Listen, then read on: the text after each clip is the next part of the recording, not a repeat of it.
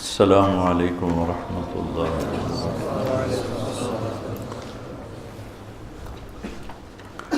بسم اللہ الرحمن الرحیم، الصلاۃ والسلام علی رسولہ الکریم وعلی آلہ وصحبہ اجمعین، اما بعد۔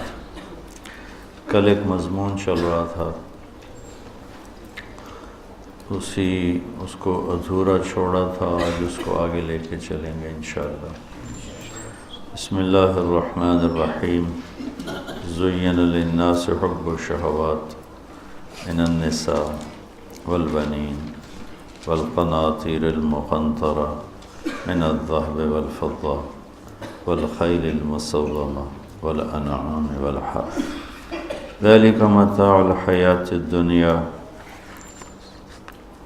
واللہ عنده حسن المآب قل أنبئكم بخير من ذلكم للذين اتقوا عند ربهم جنات تجري من تحتها الأنهار خالدين فيها وأزواج مطهرة ورضوان من الله والله بصير بالعباد الذين يقولون ربنا إننا آمنا فاغفر لنا ذنوبنا وقنا عذاب النار الصابرین والصادقین والقانتین والمنفقین والمستغفرین بالاسحار۔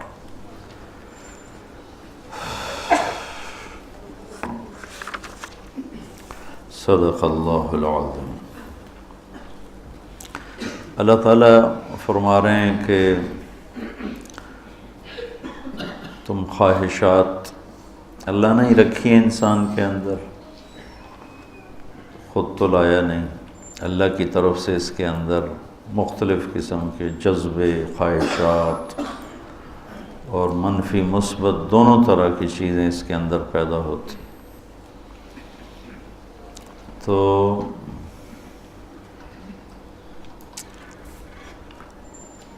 ایک انسان عام کوئی بھی ہو، افریقہ میں بھی رہتا ہو، اس کے اندر بھی خواہشات کا اتنا بڑا جہان آباد ہے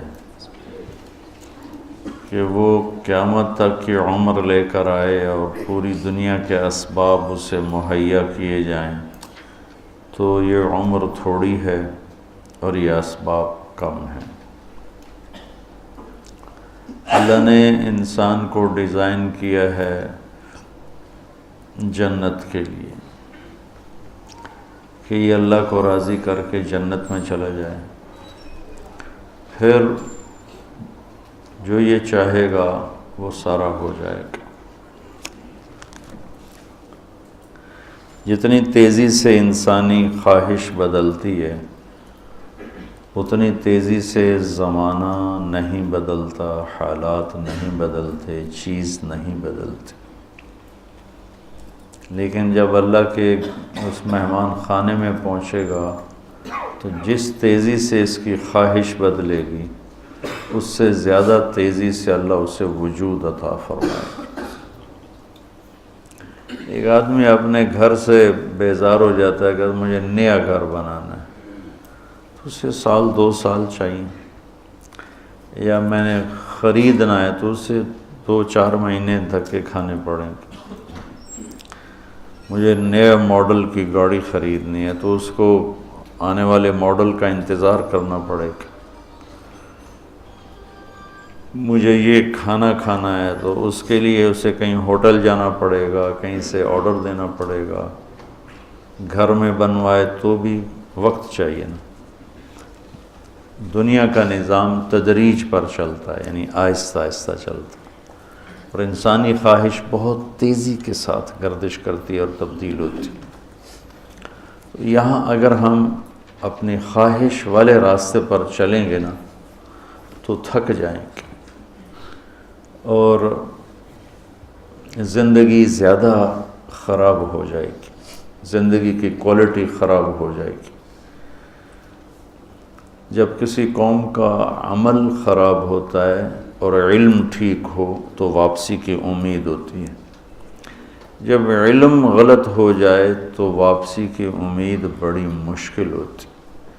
اس وقت مسلم ہو یا غیر مسلم ان کا علم غلط ہو گیا ہے، وہ آخرت کو بھلا کر صرف دنیا کی زندگی کے پیچھے دوڑ رہے ہیں، اور اسی میں ساری خوشیاں لینا چاہتے ہیں، ساری لذتیں لینا چاہتے ہیں، ساری خواہشیں پورا کرنا چاہتے ہیں۔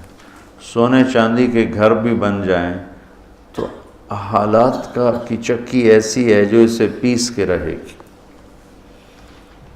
یا ہواؤں میں اڑتا ہو، پانیوں کے سینہ چیرتا ہو، زمین کی تہوں کو کھولتا ہو، یہ سونے چاندی کے برتنوں میں کھاتا ہو، ہیرے کے تاج سر پہ سجاتا ہو، سونے کا نوالہ اس کے منہ میں ڈالا جاتا ہو، تو بھی حالات اس کائنات کا ایک ایسا طاقتور نظام ہے جو اسے توڑے گا۔ اب پوری دنیا کے انسانوں کا ذہن بن گیا ہے پیسہ بناؤ پھر موج کرو، یہ ذہن ہے۔ ساری دنیا کا مسلم غیر مسلم لاشعوری طور پر اس سوچ کا غلام بن چکا ہے کہ پیسے سے زندگی بنتی ہے، پیسہ نہیں ہے تو کچھ بھی نہیں ہے، کوئی تمہیں پوچھنے والا نہیں ہے۔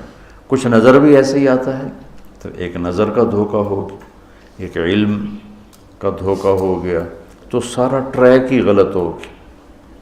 تو ساری انسانیت دوڑ پڑی، مال بناؤ مال بناؤ مال بناؤ، پیسہ بناؤ، رشوت کھل گئی، سود کھل گیا، جھوٹ کھل گیا، ہیرا پھیری چل پڑی، دو نمبری چل پڑی، چوریاں ڈاکے چل پڑے، اور جوئے چل پڑے، سٹے چل پڑے، ذخیرہ اندوزی چل پڑی، دو نمبری چل پڑی۔ اس سب کے پیچھے کیا ہے کہ مال بناؤ، لیکن انسانیت کی گراوٹ کے دوا بھی دو نمبر بنا کے پیسہ بناؤ۔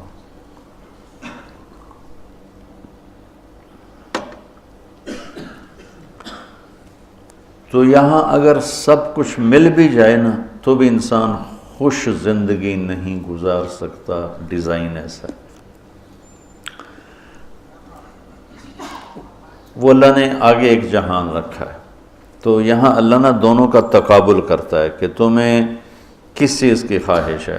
عورتیں ہوں، یعنی میری جو غلط لوگ ہیں وہ تو پھر جانور ہوتے ہیں، انہیں تو کوئی انسانیت نام کی شے نہیں ہوتی۔ عورت ان کے لیے ایک ٹیشو پیپر ہوتی ہے، ایک کھلونا ہوتی ہے، اسے استعمال کیا پھینک دیا، استعمال کیا پھینک دیا۔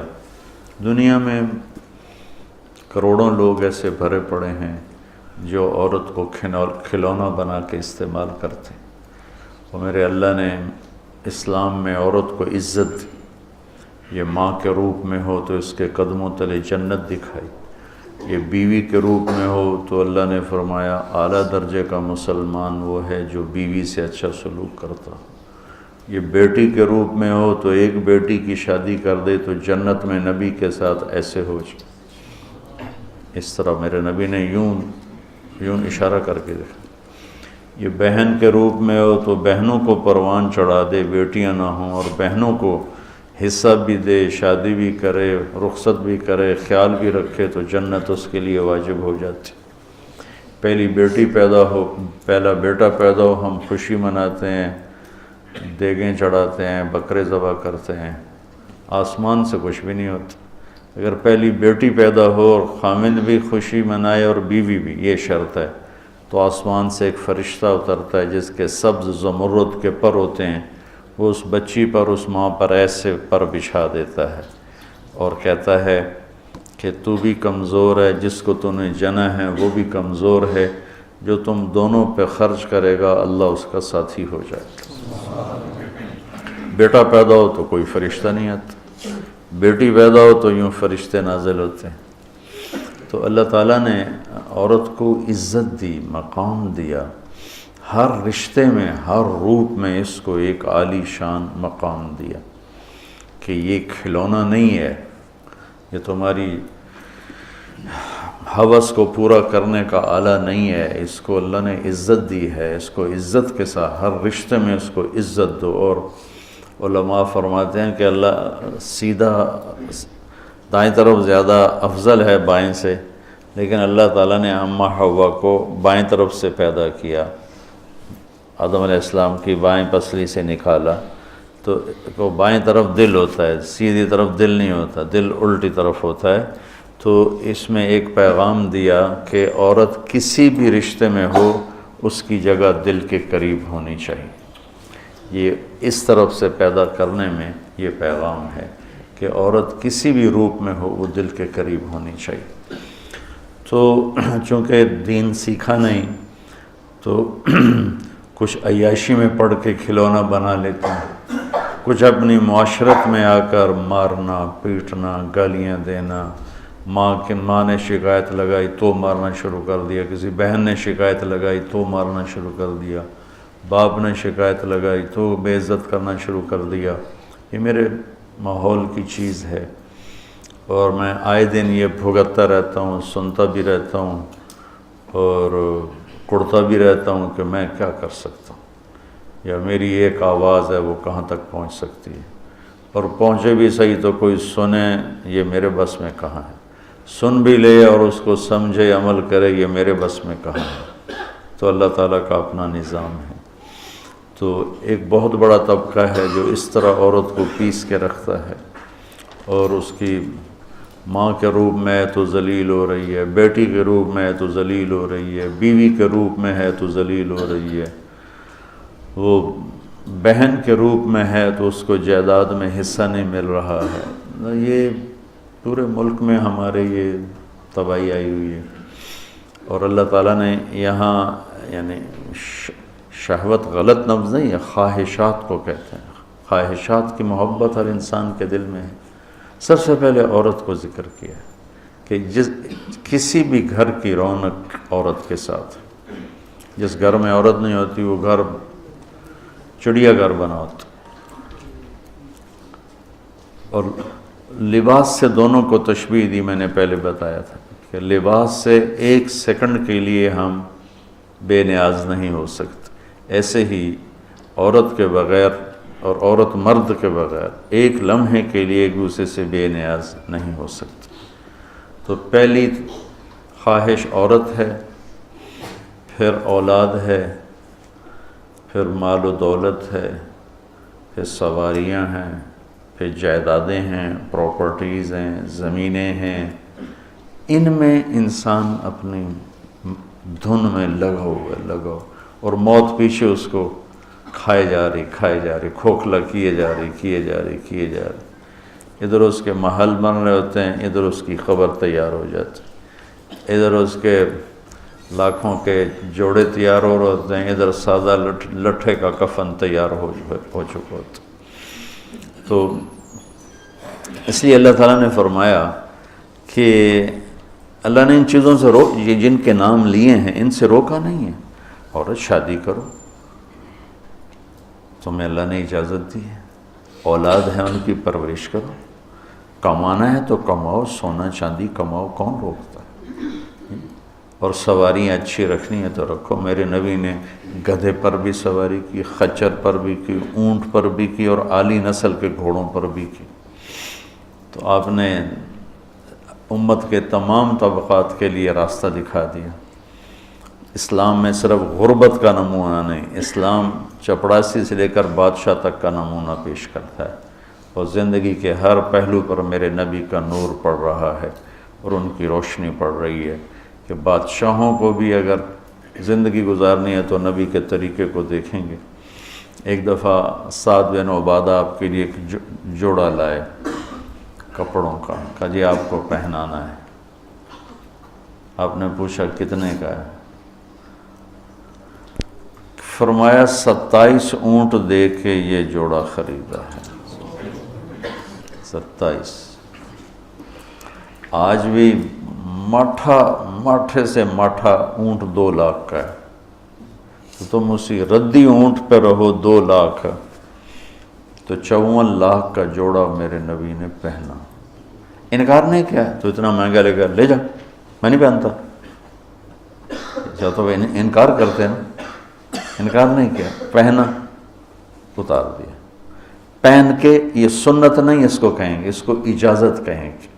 آپ نے اجازت دی کہ وہ آپ کو پتہ ہے میری امت میں بادشاہ بھی آئیں گے، میری امت میں مالدار بھی آئیں گے، صنعت کار بھی آئیں گے، دولت مند بھی آئیں گے، میں نے سب کو نمونہ دینا ہے۔ تو آپ پیبند لگے کپڑے ہی ساری زندگی پہنتے تو مالداروں کے لیے کہاں سے راستہ ملتا؟ پھر تو صرف غریبوں کے لیے آپ نمونہ تھے، مالداروں کے لیے تو نہیں تھے۔ آپ اگر ساری زندگی گدھے پر ہی سوار کرتے تو لینڈ کروزر والے کو نمونہ کہاں سے ملتا؟ پراڈو والے کو نمونہ کہاں سے ملتا؟ مرسڈیز والے کو نمونہ کہاں سے ملتا؟ تو میرے نبی نے اعلی نسل کے گھوڑے سجل، سکب، سبحہ، ورد، یعصوب، یعقوب، یہ گھوڑوں کے نام ہیں جو خوبصورت۔ آپ کا ایک گھوڑا تھا ورد، ورد گلاب کے پھول کو کہتے کہ جیسے گلاب کا پھول سارے پھولوں میں نمایاں نظر آتا ہے، ایسے ہی وہ گھوڑا سارے گھوڑوں میں نمایاں نظر آتا تھا۔ سبحہ تیرنے کو کہتے ہیں، تو اس کا نام سبحہ تھا۔ جب وہ دوڑتا تھا تو لگتا تھا تیر رہا ہے۔ تو آپ نے اپنی امت کے مالداروں کو بھی راستہ دیا اور اپنی امت کے غریبوں کو بھی راستہ دیا۔ ایک دفعہ سعد بن عبادہ، یا رسول اللہ آپ کی دعوت کرنی ہے، انہوں نے کہا کرو۔ تو اگلے دن دیگچے چڑھے ہوئے آ گئے، کیا کیا ہے؟ کہ یا رسول اللہ 100 اونٹ ذبح کیے ہیں اور صرف مغز پکا کے لائے ہوں۔ آپ کہتے اٹھا کے لے جا، اتنا اسراف کیا تو نے، تجھے شرم نہیں آتی؟ جیسے آج کل کے خشک دیندار جو ہوتے ہیں، اتنا اسراف کیا ہے، اس سے مسجد بن جاتی، اتنا اسراف کیا ہے، اس سے غریب کی شادی ہو جاتی، اتنا اسراف کیا ہے، اس سے فلاں کا علاج ہو جاتا ہے۔ تو آپ کہتے لے جا، میں نہیں کھاتا، اور کوئی نہیں کھائے گا، تو نے اتنا اسراف۔ یا رسول اللہ 100 اونٹ ذبح کر کے صرف مغز نکال کے پکایا ہے، آپ کو کھلانا تھا۔ میرے نبی کو تو 1 اونٹ کا مغز ہی کافی تھا، 100 کیوں ہیں؟ اور آپ کہہ رہے ہیں ٹھیک ہے۔ لیکن مالداروں کو اجازت دے دی بڑی دعوت کرنے کی، بڑا ولیمہ کرنے کی، بڑی ضیافت کرنے کی۔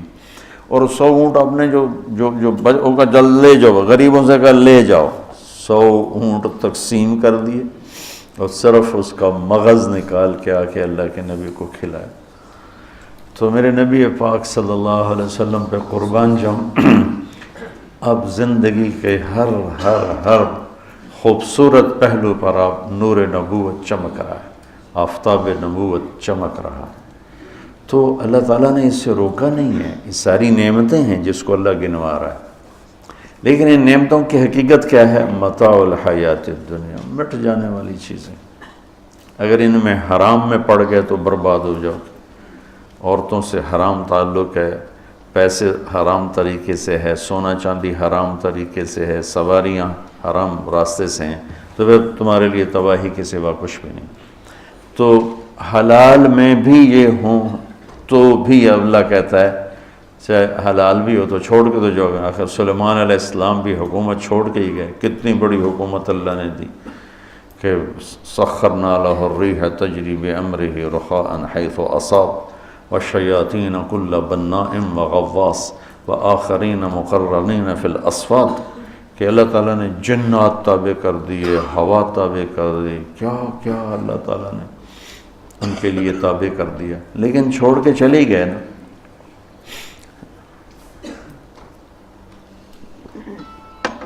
ذوالقرنین نے مرتے ہوئے کہا میرے ہاتھ کفن سے نکال دینا کہ لوگوں کو پتہ چلے کہ اتنا بڑا بادشاہ بھی خالی ہاتھ جا رہا۔ تو اللہ نے تقابل کرتے ہوئے کہا للذین اتقوا، پہلے کہا میں تمہیں بتاؤں اس سے بھی اعلیٰ چیز، یہ تمہیں حلال بھی ملے تو چھوڑ کے ہی جاؤ گے نا۔ اور ایک عورت تمہیں جنت کی حور مل جائے لیکن بڑھاپے میں اسی کو دیکھنے کو جی نہیں چاہے گا، اور تو جو اپنے جوانی پہ نازا ہے چند سال بعد تیرا بھی اپنے آپ کو دیکھنے کو جی نہیں چاہے گا۔ بولو پہلوان ہمارے دور میں جب اسکول پڑھتے تھے تو وہ رستم اعظم تھا، پوری دنیا میں اس نے چیلنج کیا اور اس کو کوئی گرا نہیں سکا۔ پہلے اس کے دادا گامے کا نمبر تھا، گاما اس کے دادے کا بڑا بھائی تھا، یہ امام بخش کا تھا پوتا، تو بیٹا، تو وہ اس کا تایا تھا، دادا نہیں تایا تھا۔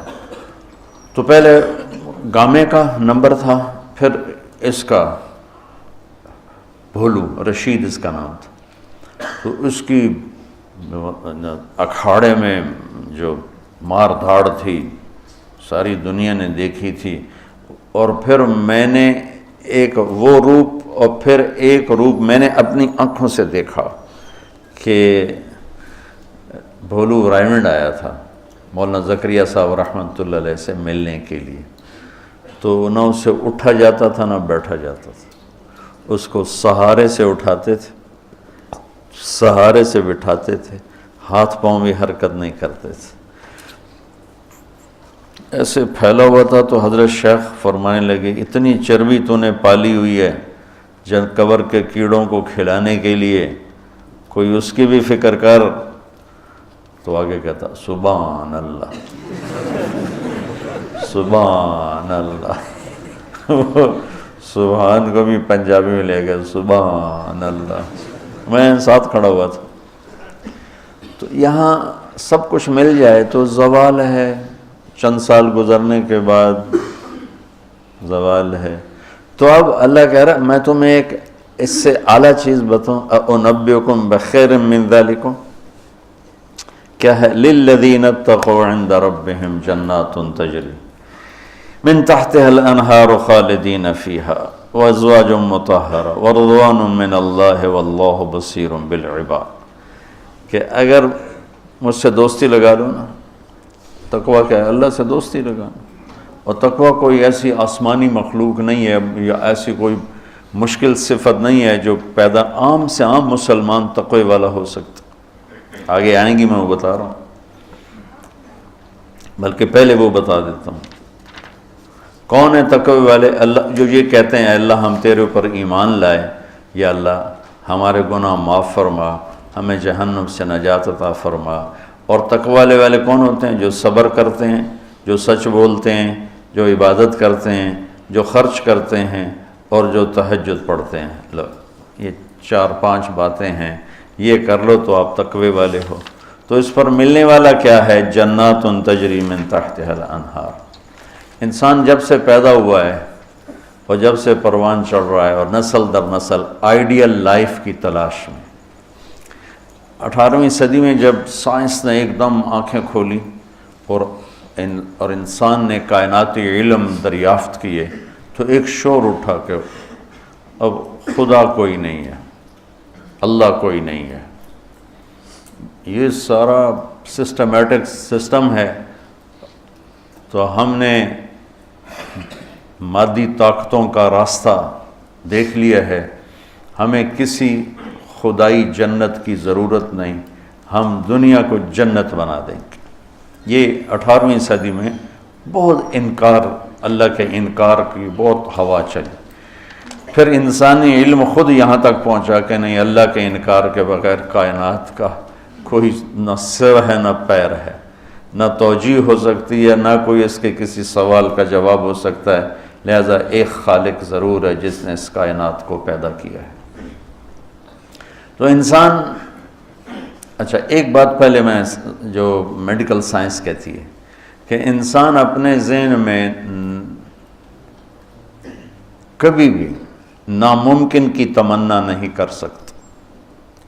آپ کو کسی ان پڑھ سے ان پڑھ، ایک چھوٹی سی مثال، کدی 2 تے 2 5 ہو جان، کسی کو یہ تمنا کرتے دیکھا کدی 2 تے 2 5 ہو جان؟ ایک چھوٹی سی مثال عام فہم دی ہے، اس کو پھیلا دو۔ انسان کا کمپیوٹر ناممکن کو نہ سوچتا ہے نہ تمنا کرتا ہے، اندر وہ چیز جاتی نہیں، ناممکن کی تمنا نہیں پیدا ہوتی۔ پھر یہ زندگی کیوں چاہتا ہے؟ یہ کیوں چاہتا ہے موت نہ آئے، موت نہ آئے، موت نہ آئے؟ یہ کیوں چاہتا ہے جبکہ ناممکن کی تمنا اندر نہیں پیدا ہوتی؟ یہ مستقل صحت کیوں مانگتا ہے، لمبی عمر کیوں مانگتا ہے، ہر وقت کی جوانی کیوں مانگتا ہے، ہر وقت کی خوشی کیوں مانگتا ہے، جبکہ یہ ساری چیزیں ناممکن ہیں؟ اس جہان میں ہر وقت کوئی خوش نہیں رہ سکتا، ہر وقت کوئی صحت مند نہیں رہ سکتا، مستقل کوئی زندہ نہیں رہ سکتا۔ پھر یہ ساری خواہشیں جو ابھرتی ہیں یہ بھی بتلاتی ہیں کہ کوئی جہان ایسا چھپا ہوا ہے جہاں زندگی ہے، موت نہیں، آئیڈیل لائف ہے اور کوئی دکھڑا نہیں۔ یہ خود، یعنی میں آپ کو سائنس کے لحاظ سے بات بتا رہا ہوں، اس کی ہمیں ضرورت کوئی نہیں، لیکن ابراہیم علیہ السلام نے کہا تھا وَلَٰكِن لِيَطْمَئِنَّ قَلْبِي، کہ دل کے اطمینان کے لیے یہ بھی ایک دلیل ہے عقلی اور سائنسی کہ انسان ناممکن نہیں سوچتا، تو پھر کیوں سوچتا ہے جوان رہوں، خوشیاں دیکھوں، غم نہ دیکھوں، موت نہ دیکھوں، عالی شان گھر ہو، عالی شان سواری ہو، یہ کیوں دیکھتا ہے؟ کہ ایک جہان موجود ہے جہاں یہ عالی شان زندگی موجود ہے۔ وہ کہاں ہے؟ عند ربہم، وہ اللہ کے پاس۔ جنت کہاں ہے؟ ساتویں آسمان اس کی بیس ہے، ساتواں آسمان، اور ساتویں آسمان سے بنتی ہے اور یوں اوپر جاتی ہے۔ تو ایسا نہیں کہ وہ بلڈنگ اوپر جاتے جاتے جاتے عرش سے مل گئی، وہ بیچ میں سپیسز ہیں، یہ ایک جنت ہے، پھر ایک یہ ہے، ایک یہ ہے، ایک یہ ہے، ایک یہ ہے۔ عرش کے ساتھ جا کر جو جنت مل گئی ہے کہ اللہ کا عرش اس جنت کی چھت بن گیا ہے، وہ ہے جنت الفردوس۔ ان الذین آمنوا وعملوا الصالحات کانت لهم جنات الفردوس نزلا اولئک هم الوارثون یرثون الفردوس۔ تو فردوس اعلیٰ جنت ہے۔ اللہ نے ساری جنتوں کو بنایا کن کن کن، مطلب اللہ کو کن، اللہ کوئی بیٹھا کن کن نہیں آکھی جاندہ، یہ صرف ہمیں سمجھانے کے لیے، اللہ کو تو کن کہنے کی بھی ضرورت نہیں ہے، لیکن میرے نبی کا فرمان ہے باقی ساری جنت بنی میرے رب کے امر کے ساتھ، اور جنت الفردوس کو اللہ نے بنایا اپنے ہاتھوں کے ساتھ۔ تو یہ دنیا اللہ نے جس دن بنائی ہے، جس دن، اس سے لے کر آج تک اس کو ایک دفعہ بھی محبت سے نہیں دیکھا، اور جنت الفردوس کو جس دن بنایا ہے اس دن سے لے کر آج تک روزانہ دن میں 5 دفعہ رحمت کی نظر ڈالتا ہے۔ اور جنت الفردوس کو ہاتھوں سے بنایا ہے تو وہ کیا چیز بنی ہوگی؟ ہاتھوں سے بنایا ہے، وہ کیا چیز بنی ہوگی؟ جس دن بنایا تھا اس دن سے لے کر آج، اور آج سے جس دن اس میں جانا ہے، آنے والا زمانہ بھی موجود ہے، گزرا ہوا زمانہ کوئی 25 ارب سال ہے، 30 ارب سال ہے اس کائنات کو بنے ہوئے، تو اگر اسی عدد کو لے لیں تو میرے نبی کا فرمان ہے کہ اللہ جنت الفردوس کو روزانہ دن میں 5 دفعہ اس کا میک اپ کرتا ہے۔ پہلے سے 5 دفعہ جس چیز کا میک اپ ہو وہ کیا چیز بنے گی؟ اچھا یہ تو دنیا ہے نا، چھوٹی چیز ہے، اس کا تو زیادہ میک اپ ہو نہیں۔ اس مسجد کا ہم میک اپ شروع کریں تو یہ چھوٹا سا حال ہے، سال 2 سال 3 سال میں ہم دنیا کے تارے توڑ کے لے آئیں تو بھی چند سال کے بعد کوئی جگہ ہی نہیں ہوگی بھی اب کہاں کیا چیز رکھیں۔ میں اس پہ حیران ہوتا ہوں، ایک لڑکی دلہن بن رہی ہے نا، تو وہ پارلر پہ اسے 1 گھنٹہ 2 3 4 5 6 7 8 لگا لو، اس کے بعد وہ کیا کریں گے؟ منہ ایڈا سارا، تو اب اس کے اوپر پورا ڈبہ تو نہیں ڈال دیں گے پاؤڈر کا، یا ساری سرخی اس کے منہ پہ مل دیں گے، تو وہ تو بھوتنی بن جائے گی بجائے دلہن میں۔ تو ایک لڑکی ہے، ایک لڑکا ہے، ایک گھر ہے، اس کی ڈیزائننگ ہے، اس کا میک اپ ہے، کسی کو چند گھنٹے لگیں گے، کسی کو چند سال لگیں گے، اور پھر ختم، کہ بس اس سے زیادہ نہیں ہو سکتا ہے۔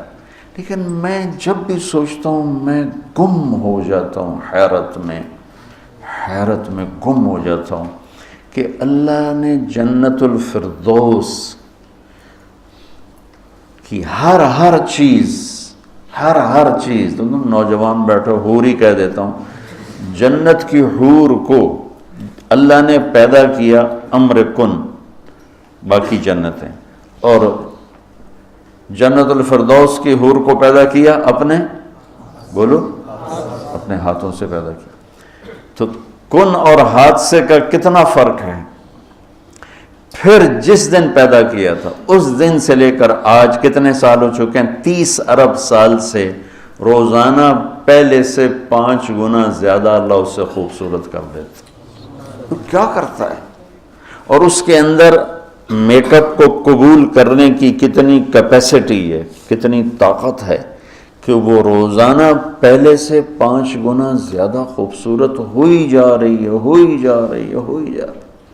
اس کی ایک چارپائی لے لو، ایک کرسی لے لو، ایک پتا لے لو، ایک تنکا لے لو، ایک مور لے لو، ایک کبوتر لے لو، ایک پانی کا دریا لے لو، شراب کا جام لے لو، سراہی لے لو، بستر لے لو، پردہ لے لو، پلنگ لے لو، گھوڑا لے لو، کوئی چیز جنت کی لے لو، ہرن لے لو، مور لے لو، کوئی چیز، ہر ہر ہر ہر ہر ہر ہر ہر چیز کو اللہ پہلے سے 5 گنا زیادہ حسین، آج 5 دفعہ مکمل ہو گیا، کل آئے گا پھر 5 دفعہ پہلے سے زیادہ حسین۔ 30 ارب سال سے جس چیز کا میک اپ ہو رہا ہو اور آئندہ زمانوں میں بھی اس کا ہونا ہی ہے، اور میک اپ کرنے والا بھی اللہ ہو، تو وہ کیا چیز بنی گی؟ کیا چیز ہو؟ اور دنیا کو جنت بنا بھی لو تو موت کا کیا کرو؟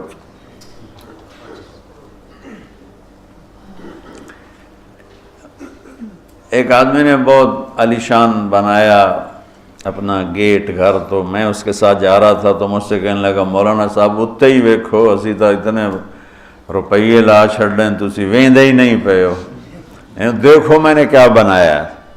تو مجھ سے کہنے لگا، مولانا صاحب اتنا ویکھو تو میں کتنے پیسے لائیں تے کی بنا دیتا ہے۔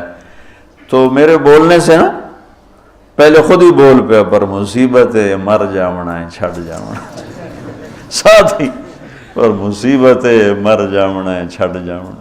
میں کہا بھائی ہون دس، تو آپ ہی دس دیتا ہے، میں نے ویک کی کرنا؟ تو کیا علاج کریں؟ نوشیروان کے پوتے خسرو پرویز نے محل بنایا 11,000 پلر پر، 11,000 ستونوں پر محل بنایا، اور 10 سال نہیں رہ سکا اس میں، اور وہ محل زیر و زبر ہو گیا۔ کیسر نے شکست دی اور محل کو آگ لگا تھی۔ عبد الرحمن الناصر اموی بادشاہ نے اسپین میں محل بنایا 4,316 پلر اور برج، اور 25 سال صرف اس میں رہا، اور جا کے اسی قبر میں گر گیا جس قبر میں غریب جا کے گرتا ہے۔ آج اس محل کے کھنڈر میں دیکھ کر آیا ہوں قرطبہ میں کہ کیا وہ شان و شوکت 300 ہجری میں بننا شروع ہوا، اور 1,000 خچر سامان ڈھونے کے لیے اور 10,000 مزدور مستری راج اس پہ کام کرنے کے لیے، چونکہ اس مینول کام تھا سارا، مشینی کام تو تھا نہیں، اور پوری دنیا سے سونا چاندی ہیرے لائے گئے، اور مختلف جگہ پہ پارے کے تالاب بنائے گئے، سورج کی گردش کو سامنے رکھ کر، کہ پارا چونکہ ٹکتا نہیں، یوں کرتا ہے، یوں کرتا ہے، تو سورج کی شعائیں اس پر پڑتی، اور جب وہ پارا ڈانس کرتا تو شعا بھی ڈانس کرتے ہی اوپر جا کے محل پہ پڑتی، تو پورا محل یوں رقص کرتا ہوا نظر آتا تھا، یوں سارا محل جھومتا نظر آتا تھا۔ اتنا اس اللہ کے نیک بندے نے تباہ کیا پیسہ قوم کا،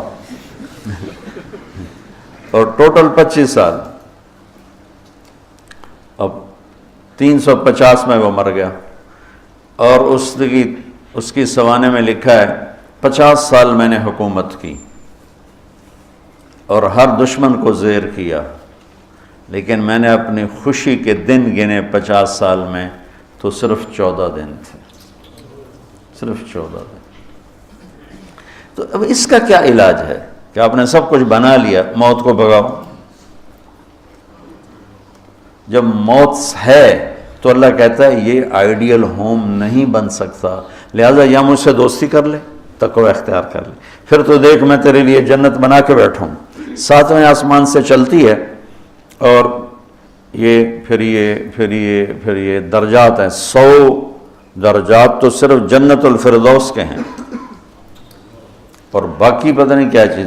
اچھا 7ویں آسمان پہ وہ یہ اس کی 7واں آسمان اس کی بیس ہے، اور پھر 7ویں آسمان سے باہر نکل گئی، جیسے ہم وہ لوہا ڈال کے اور آگے شیڈ بنا دیتے ہیں، نیچے کوئی ٹیک نہیں ہوتی لیکن لوہے کے سریے ڈال کے شیڈ بنا دیتے ہیں، جنت کو اللہ تعالیٰ نے 7ویں آسمان سے یوں باہر نکالا ہے۔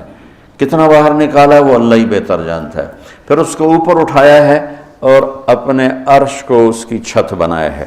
جنت الفردوس کے لیے اللہ کا عرش چھت ہے، اس مسجد کی چھت کی طرح، اور باقی جنتوں کے لیے اللہ کا عرش چھت ہے آسمان کی طرح، آسمان کی طرح۔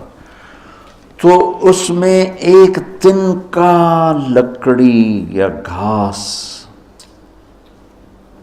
وہاں کا تنکا بھی سونے چاندی سے بنا ہوا ہے، یہاں کے درخت لکڑی کے۔ ایک کہنے لگا سونے چاندی سے پھل کیسے آئے گا؟ میں نے کہا لکڑ تو پھل کے میں آ جاتا، یہ کوئی ہے عقل میں آنے والی بات کہ لکڑی سے پھل نکل ہے؟ لیکن چونکہ ہم ہر وقت دیکھتے رہتے ہیں تو وہ ہمارا ذہن اسے قبول کر چکا ہے، ورنہ کوئی عقل کی بات ہے کہ لکڑی میں سے آم نکل آتا ہے اور لکڑ میں سے انگور نکل آتا ہے، چھوٹی سی بیل میں سے اتنا بڑا تربوز نکل آتا ہے۔ یہ کیا چکر ہے؟ زمین پر پڑے پڑے پڑے پڑے پڑے اتنا ہو جاتا ہے۔ وہ کہتے ہیں کوئی فلسفی جا رہا تھا تو اس نے دیکھا اتنا بڑا تربوز زمین پہ پڑا ہوا اور آم لگے ہوئے درخت پر، تو کہنے لگا ایک ہی گل ہوئی، چھوٹے چھوٹے اتلا دیتے ہیں وڈے نو ہیٹھاں پاتا ہے۔ تو ابھی اسی سوچ میں تھا تو ایک کام ٹوٹ کے اس کی ٹنڈ پہ لگا، کہنے لگا سمجھ آ گئی جی میرے اتنے ہندوانا ڈاندا تو میرا کی حال ہے،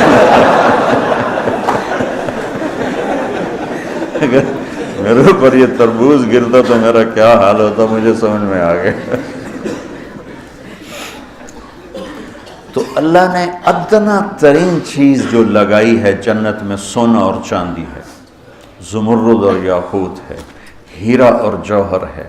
اور میں نے ملکہ برطانیہ کے محل میں دیکھا، اس کے تاج میں، ان کے محل میں عجائب گھر بنا ہوا ہے، تو ان کے تاج میں لگا ہوا تھا کوہ نور، لیکن اب اس کی وہ شان و شوکت نہیں رہی، چونکہ کاٹ کے تاج میں لگایا اور پھر 3 ٹکڑے کر کے آگے ایک پٹی میں رکھا ہوا تھا۔ یہ پورا جب ہیرا تھا تو دیوگری جنوبی ہند کی ایک ریاست تھی، اسے علاؤ الدین خلجی نے فتح کیا۔ تو جب مال غنیمت کے لیے خزانے کا دروازہ کھولا گیا تو اس میں یہ ہیرا پڑا ہوا تھا، تو علاؤ الدین خلجی کے منہ سے بے ساختہ نکلا کوہ نور، یہ تو نور کا پہاڑ ہے، تو اس سے اس ہیرے کا نام ہی کوہ نور پڑ گیا۔ تو پھر جب انگریزوں نے فتح کیا ہندوستان کو تو پھر ملکہ برطانیہ کے لیے اسے جہاز کے ذریعے سے وہاں لندن پہنچا دیا گیا۔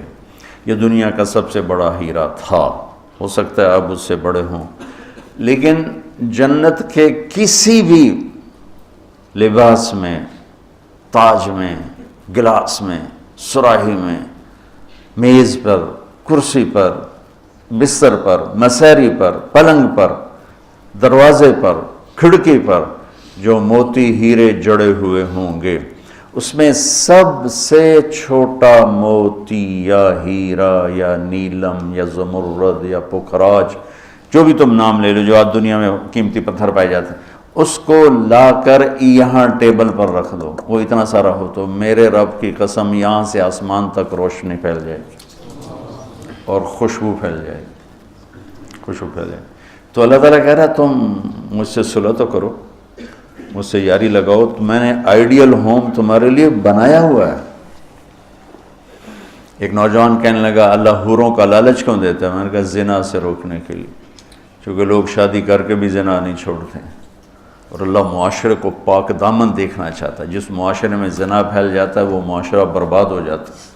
تو اللہ چاہتا ہے کہ ہر مرد عورت پاک دامن زندگی گزارے، اس لیے انہوں نے نکاح کا راستہ رکھا، اور پھر مرد کی شہوت کو روکنے کے لیے وعدہ کیا تو یہاں صبر کر، حلال کام کر، تو آجا میرے پاس، میں نے تیرے لیے تیری اس خواہش کا سامان تیار کر کے رکھا ہوا ہے کہ یہاں کا مادہ مٹی ہے، وہاں کا مادہ مشک و عنبر ہے، وہاں کی گھاس زعفران کی ہے، یہاں زعفران اتنا سا ملتا ہے اور لاکھوں روپے کا کلو ملتا ہے، اور وہاں پوری میدان میں جو گھاس ہے وہ زعفرانی ہے، اور گھر کی ایک اینٹ موتی کی ہے، ایک اینٹ زمرد کی ہے، ایک یاقوت کی ہے، ایک زمرد کی ہے، ایک سونے کی ہے، ایک چاندی کی ہے، بیچ میں مشک کا گارا ہے اور زعفران کی گھاس ہے، اور اللہ کا عرش اس کی چھت بنایا گیا ہے۔ اور وہ اندر بیٹھو تو باہر نظر آتا ہے، باہر بیٹھو تو اندر نظر آتا ہے۔ میں نے جو ایک دفعہ جنت کا محل دیکھا خواب میں، تو یہ اس کی میں نے صفت جو پڑھی تھی وہ میں نے آنکھوں سے دیکھی کہ میں اس کے اندر چل رہا تھا، مجھے باہر بھی نظر آ رہا تھا اور اوپر بھی نظر آ رہا تھا اور دائیں بائیں بھی نظر آ رہا تھا، حالانکہ میں ایک گیلری میں چل رہا تھا، اور اس کا جو فرش تھا مجھے لگتا تھا ہر فرش کی ٹائل کے نیچے سورج نکلا ہوا ہے، اس طرح اس میں سے روشنیاں نکل رہی تھیں، روشنیاں نکل رہی تھیں۔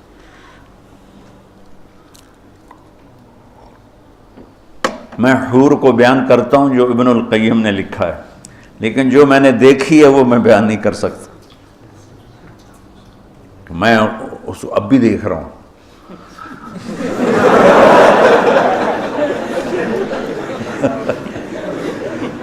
میرے رب کی قسم، میں کیسے بتاؤں کہ وہ کیا حسن، کیسے بتاؤں؟ یقین مانو، میں کتنا جنت کو بولتا ہوں اور میں جنت کے حوروں کو بولتا ہوں جو لکھا ہوا ہے، لیکن جو اللہ نے مجھے دکھایا وہ میرے پاس نہ لفظ ہے، اس کی مسکراہٹ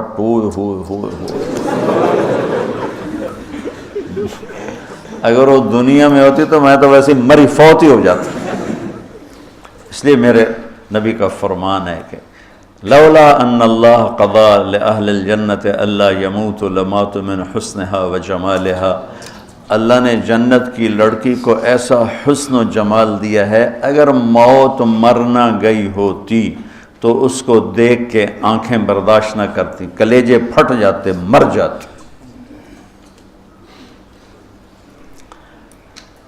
تو یہاں کی عورتوں کے لیے بھی بشارت ہے کہ ایمان والی نیک صالح پاک دامن عورت جنت کی اس حور سے 70,000 گنا زیادہ خوبصورت ہوگی۔ 70,000 گنا کا مطلب ہوتا ہے لا محدود۔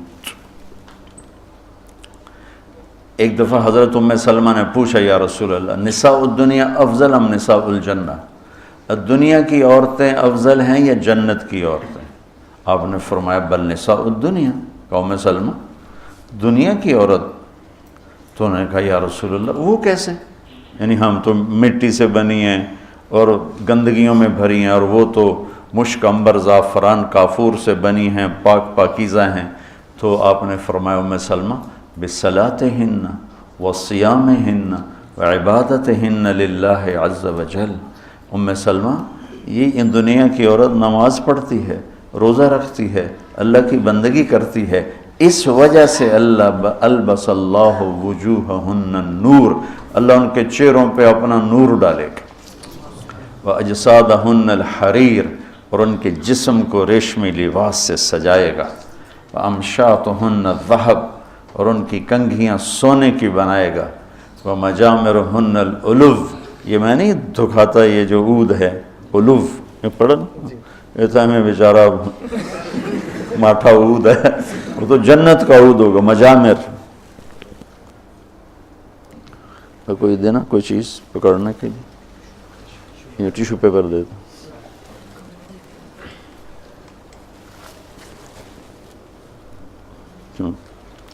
اس کو کہتے ہیں مجمار۔ مجمار کا اردو میں لفظ دھونی دینے کی چیز ہے، اس میں مجامر جمع ہے مجمار، کہ اس طرح ان کے سامنے ہوں گے اور اس میں عود جل رہا ہوگا اور اس کی خوشبو پھیل رہی ہوگی۔ یہ دنیا کی عود ہے، ساری مسجد میں خوشبو آتی کہ نہیں آتی؟ ماٹھی سی چیز ہے، تو وہ کیا چیز ہوگی؟ اور خوشبو ایک بہت بڑی یعنی فریش کرنے والی ایک نعمت اللہ نے بنائی ہے، کہ دماغ کی غذا ہے خوشبو، آنکھوں کی غذا ہے سبزہ، اور دماغ کی غذا ہے خوشبو۔ اللہ تعالیٰ نے اس کو خوشبوؤں سے بھر دیا ہے۔ عرفہا لہم کا ایک ترجمہ ہے کہ جنت کو اللہ تعالیٰ ان کے لیے خوشبودار بنا رہا ہے. عرف خوشبودار بنانا. ایک اور ترجمہ بھی ہے لیکن ابھی اس کی مناسبت سے مجھے یاد آیا کہ عرفہا لہم کہ آ جاؤ ایک دفعہ مجھ سے دوستی لگا کے پھر ایسی جنت دوں گا جس میں خوشبو ہوگی، اور ایسی خوشبو ہوگی کہ یہ ادھر تو لگاتے ہیں اور تھوڑی دیر بعد ختم ہو جاتی ہے، وہ تمہیں ہمیشہ مہکائے رکھے گی اور تمہیں ہمیشہ تر و تازہ رکھے گی، خوش و خرم رکھے گی. تو اللہ تعالیٰ فرمایا تم میرے پاس آ جاؤ تو تم جس آئیڈیل ہوم کو ڈھونڈتے ہو وہ میں نے تمہارے لیے تیار کیا ہوا ہے. تجری من تحتها الانہار، پانی یہ انہار دریا کو کہتے ہیں کہ وہ دریا ہی دریا ہیں. اصل میں یہ دریا ایک کنایا ہے، یہ ہے اس کے لیے خوبصورتی کے لیے کہ پانی سے حسن آتا ہے. لوگ سردیوں میں گرمیوں میں مری جاتے ہیں، ناران جاتے ہیں، لورالائی نہیں جاتے، فورٹ منرو نہیں جاتے، وہ بھی ٹھنڈا ہے لیکن وہ اتنا ویران ہے کہ اس پہ سبزے نام کی شے کوئی نہیں. اور کیوں نہیں ہے کہ پانی کوئی نہیں، پانی نہ ہونے کی وجہ سے کالے پہاڑ ہیں. مری ناران کاغان میں پہاڑ سرسبز ہیں کیونکہ وہاں پانی بہت زیادہ ہے. تو انہار انہار انہار یہ اشارہ ہے خوبصورتی کی طرف. اور انہار دریا سے حدیث ایک یاد آ گئی، وصف الجنہ فی وصف الجنہ، یہ ایک مسقطی عالم کی لکھی ہوئی کتاب تھی، مجھے اچانک یاد آ گئی کہ وہ دریا میں ان کے بحری جہاز چلیں گے، ایک ایک جہاز اتنا بڑا ہوگا کہ پوری دنیا اس کے مقابلے میں حقیر ہوگی. دنیا پوری 24,000 کلومیٹر کی دنیا اس جہاز کے سامنے حقیر ہوگی. تو جب وہ اس جہاز پہ چڑھیں گے سیر کرنے کے لیے تو وہاں ان کے لیے الگ بیویاں ان جہازوں میں ہوں گی اور ان کو مچھلیاں گھیر لیں گی چاروں طرف سے. تو ان کو سلام کر کے کہیں گی اللہ کے دوست مجھے کھاؤ گے؟ وہ کہے گا کھاؤں گا. تو وہ پوچھے گی مچھلی کباب کھاؤ گے سالن کھاؤ گے؟ تو وہ کہے گا اتنے تو آؤ اندر ہی گلنا کیتی جان. تو پھر وہ چھلانگ لگا کے اوپر آ جائے گی. تو موت تو ہے نہیں، تو وہ کہے گا کباب کھلاؤ، تو وہ یوں کرے گی تو ایک کندھے سے کباب نکل کے سامنے آنا شروع ہو جائے. کہے گا سالن دے، تو یوں کرے گی. تو میں یہ بنگلہ دیش میں حدیث بیان کرتا ہوں، بہت مزہ آتا ہے کیونکہ بنگالی بڑے خوش ہوتے ہیں ان کی غذا مچھلی ہے نا. ایک دفعہ پہلوانوں کو اکٹھا کیا ہم نے، زندگی میں پہلی دفعہ میں نے پہلوان اتنے دیکھے اور پہلی دفعہ ان سے میں نے بات کرنی. میں پریشان، یا اللہ میں ان سے کیا بات کروں، سارے انج کر کے اڈی اڈی کنی، اڈے اڈے سر تے کن، کسی دا اینج کسی دا اینج کسی دا اینج، تو اینج کر کے پے ہوئے. یا اللہ میں نہ بلائی نو کی گل کرا، کوپڑیاں کتوں گل جاؤں. کبھی زندگی میں پہلوانوں سے بات نہیں کی تو بڑا پریشان. ظہر کی نماز کے بعد بیان تھا، مونی روڈ وہ پہلوانوں کا کھاڑا ہوتا تھا. خیر نماز ظہر کی ہو رہی تھی تو نماز کے دوران اللہ نے نا میری راہبری فرمائی. مجھے ایک حدیث یاد آ گئی تو بیان شروع ہوا تو وہ ان کے بیٹھنے کا انداز ایسا جیسے کہ اکھاڑے میں ہی بیٹھے ہوئے ہیں، وہ لتاں لمیاں کیتی ہوئی ہیں تو منہ اتنا کیتا ہوا. میں تو نہ سامنے چڑا جا بیٹھا ہوا سا. تو میں نے ان سے کہا دیکھو بھائی، یہاں سے میں نے بات شروع کی، دیکھو بھائی اصل زندگی ہے جنت اور دنیا ہے عرض. اور جنت میں جانے کا سب سے زیادہ مزہ پہلوانوں کو آئے گا. وہ سارے ذرا اینج ہو گئے، پہلے اینج ہو گئے. پہلوانوں کو بڑا مزہ آئے گا جنت میں جانے کا، اس لیے کہ جنت کا پہلا کھیل جو اللہ ہمیں دکھانے والا ہے نا، پہلی انٹرٹینمنٹ جو جنت کی ہوگی سب سے پہلی، وہ مچھلی اور بیل کی کشتی ہوگی. اب ہمیں تو کشتی آتی نہیں، تو ہمیں تو نہیں پتہ لگے گا بھئی مچھلی نے کیا داؤ لگایا، بیل نے کیا داؤ لگایا۔ تم سارے پہلوان ہو، تمہیں پتہ ہے داؤ کیا ہوتا ہے۔ جب بیل داؤ لگائے گا تو اسی اس لئے نعرے مارو گے، جب مچھلی داؤ لگائے گی پھر تم نعرے مارو گے، اور تمہیں وہ مچھلی اور بیل کی کشتی دیکھنے کا جو مزہ آئے گا وہ ہمیں تو آئے گا نہیں۔ یہاں سے بات چلی، وہ تھوڑے تھوڑے ان کی آنکھیں کھلی۔ تو اللہ تعالیٰ نے ایک عجب گھر بنایا ہے، اور ہمیں ذوق ہی نہیں، چونکہ جنت کے تذکرے ہی کوئی نہیں۔ اور زندگی گزر گئی ہے سفروں میں، جتنا عرب میں جذبہ ابھرتے دیکھا نا جنت کا، وہ اجمی تو ٹھنڈے برف کھا کے بیٹھے ہوں گے۔ ایک دفعہ میں تھوڑا پرے کرو، بس میں تھا یہاں، ایک عرب جماعت آئی ہوئی تھی، وہ میں گیا ان کو ملنے، وہ تعلیم کرا رہے تھے۔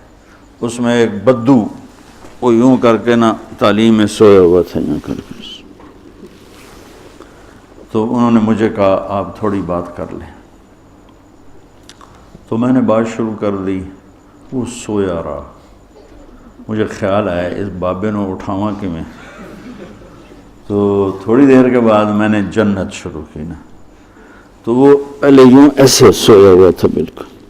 جب جنت شروع ہوئی تو اس نے مجھے یوں دیکھا، ایک آنکھ سے دیکھا، ایک آنکھ، تو کافی دیر ایسے دیکھتا رہا، پھر یوں ہوا، پھر یوں ہوا،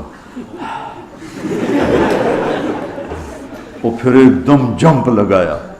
اور میں نے آئینہ کھولی نا کہ آئینہ کیا چیز ہے، تو پھر جمپ لگا کے ناچنا شروع ہو گیا، حور حور حور حور۔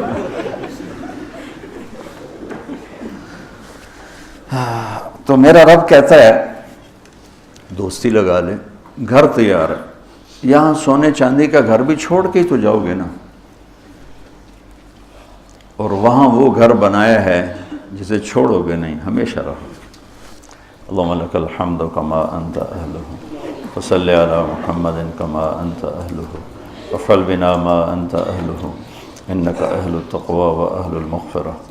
ربنا آتنا فی الدنیا حسنہ وفی الآخرۃ حسنۃ وقنا عذاب النار۔ ربنا هب لنا من ازواجنا وذریاتنا قرۃ اعین واجعلنا للمتقین اماما۔ ربنا لا تزغ قلوبنا بعد إذ هديتنا وهب لنا من لدنك رحمة إنك أنت الوهاب۔ اللهم إنا نعوذ بك من زوال نعمتك وفجاءة نقمتك وتحول عافيتك وجميع سخطك۔ اللهم إنا نعوذ بك من الحور بعد الكور ودعوة المظلوم۔ اللهم إنا نعوذ بك من جهد البلاء ودرك الشقاء وسوء القضاء وشماتة الأعداء۔ اللهم إنا نعوذ بك من الكفر والفقر ونعوذ بك من عذاب القبر لا إله إلا أنت۔ اللهم إنا نعوذ بك من الكسل والهرم وسوء الكبر وفتنة الدنيا وعذاب القبر۔ اللهم لا تخزنا فإنك بنا عالم ولا تعذبنا فإنك علينا قادر۔ اللهم اجعلنا من ورثة جنة النعيم ولا تخزنا يوم يبعثون۔ ربنا اصرف عنا عذاب جهنم إن عذابها كان غراما۔ ربنا ما خلقت هذا باطلا سبحانك فقنا عذاب النار۔ ربنا لا تؤاخذنا إن نسينا أو أخطأنا۔ ربنا ولا تحمل علينا إصرا كما حملته على الذين من قبلنا۔ ربنا ولا تحملنا ما لا طاقة لنا به واعف عنا واغفر لنا وارحمنا أنت مولانا فانصرنا على القوم الكافرين۔ اللهم وفقنا لما تحب وترضى، اللهم وفقنا لما تحب وترضى، اللهم وفقنا لما تحب وترضى۔ اللهم متعنا بأسماعنا وأبصارنا وقواتنا ما أحييتنا۔ اللهم ما مننت به علينا فتممه، وما أنعمت به علينا فلا تسلبه، وما سترته منا فلا تهتكه، وما علمته منا فاغفره اللهم ما مننت به علينا فتممه وما أنعمت به علينا فلا تسلبه وما سترته منا فلا تهتكه وما علمته منا فاغفره۔ یا اللہ جتنے دوستوں نے ہاتھ اٹھائے ہوئے ہیں، جتنے مستورات نے، مردوں نے، بڑوں نے، چھوٹوں نے تیری بارگاہ میں میرے ساتھ ہاتھ اٹھائے ہوئے ہیں، ہماری دنیا بھی بھلی کر دے، ہماری آخرت بھی بھلی کر دے، ہمیں دنیا میں بھی عافیت کی چھاؤں دے، ہمیں موت پر بھی سکرات کے دکھوں سے ہمیں عافیت کی یا اللہ چھاؤں دے، اور ہماری قبر کو بھی روشن فرما، اور ہمارے حشر کو بھی عافیت والا عرش والا سایہ نصیب فرما۔ اس دن بچھڑ جانے سے بچا، ننگے پن سے بچا، بیڑیاں ہتھ کڑیاں لگنے سے بچا، یا اللہ ہمیں دنیا کی جیلوں سے بھی بچا اور آخرت کی جیلوں سے بھی بچا، یا اللہ عافیت کا معاملہ فرما، آگے پیچھے دائیں بائیں اوپر نیچے سے ہماری حفاظت فرما، یا اللہ تکبر سے بچا، عجب سے بچا، مال کی حوث سے بچا، یا اللہ بڑا بننے کی حوث سے بچا، یا اللہ تو ہمارے ان اداروں کو، اس میں پڑھنے والے، پڑھانے والے، کام کرنے والے سب کو، اساتذہ کو، ان کے بچے بچیوں، گھر والوں کو قبول فرما، آسانیاں فرما، یا اللہ پورے ملک کی حفاظت فرما، پورے ملک کو اندرون بیرون دشمنوں سے محفوظ فرما، پوری دنیا انسانیت کو ہدایت نصیب فرما، وجہ تیری نظر میں فرعون ہے ان کے وجود سے دھرتی کو پاک فرما دے، اور ظلم و ستم کے پہاڑ توڑنے والوں کو نیست و نابود فرما دے، اپنے حبیب کی امت کا نگہبان بن جا میرے مولا، جتنے لوگ روزے رکھ رہے ہیں سب کے قبول فرما، جو ابھی تک غافل ہیں انہیں رکھنے کی توفیق دے، جو یا اللہ تیری بارگاہ میں حرم شریف میں یا مدینہ میں پہنچے ہوئے ان کی حاضریاں قبول فرما، اور جو فوت ہو کے تیرے پاس پہنچے ہیں ان کے درجے بلند فرما، جب ہمارے جانے کا وقت ہے تو سلامتی عافیت والی واپسی مقدر فرما۔ ربنا آتنا فی الدنیا حسنہ وفی الآخرۃ حسنۃ وقنا عذاب النار، آمین۔